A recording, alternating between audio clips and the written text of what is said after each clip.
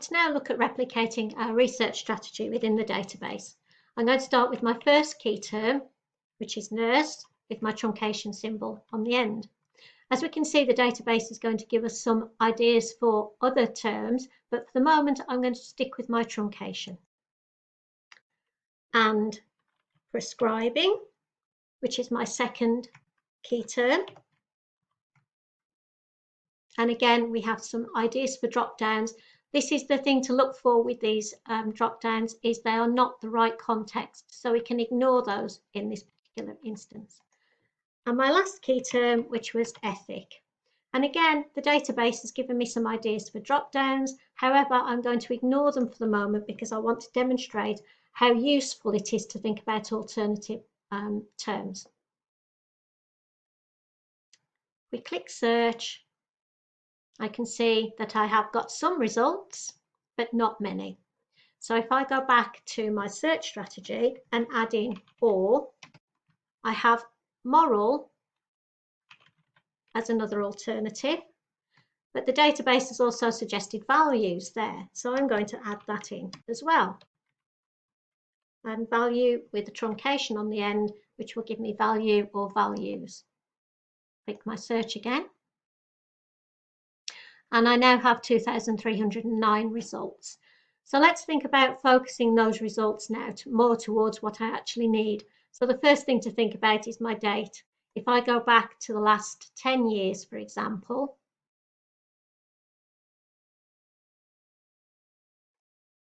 that will filter out any older articles that might be out of date or superseded by more current literature. I can then think about my language, which I can narrow to English. And I could also look at the other filters we discussed, such as age and gender. So let's concentrate on female. So I now have 538 results that are more focused to my actual research question. The other filter that was mentioned in the previous video is the subject headings here. And if you click on show more, you can then think about inclusion and exclusion criteria as to what's important for you to need to answer your research question or topic and what you don't need. And you can use the subject headings to actually filter these out. So I could look for nursing practice. If we were interested in younger people, we could look at parents and schools and paediatrics and mothers. If I was interested in older people, I could look at nursing homes and again, home nursing. If I was looking at emergency medicine, I could look at the emergency service for nurses potentially working in accident and emergency. Again, terminal care.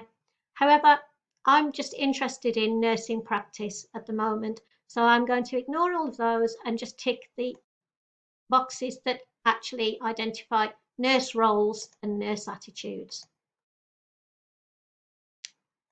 And there are quite a few. I'm going to stay there with that and then just click update. You would make a much more thorough investigation of these subject headings when you're actually doing your own research.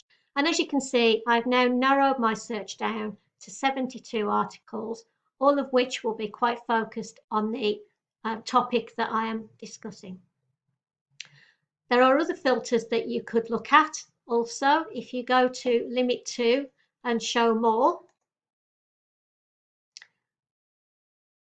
we could look at full text available only, or more importantly, we could check the ones that are peer reviewed, the high-end, top quality research. So let's go for peer reviewed and see what that does to our research results.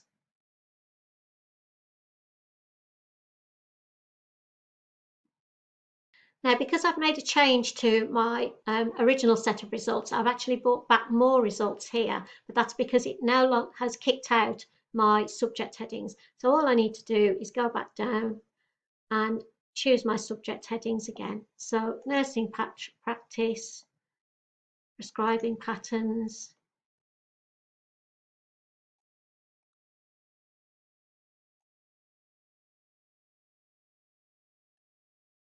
and again, I will keep those filters, and I have 205 articles. That should be enough for me to look through and pick out some good quality articles, because you'll just be reading the title and the abstract. Thank you for listening.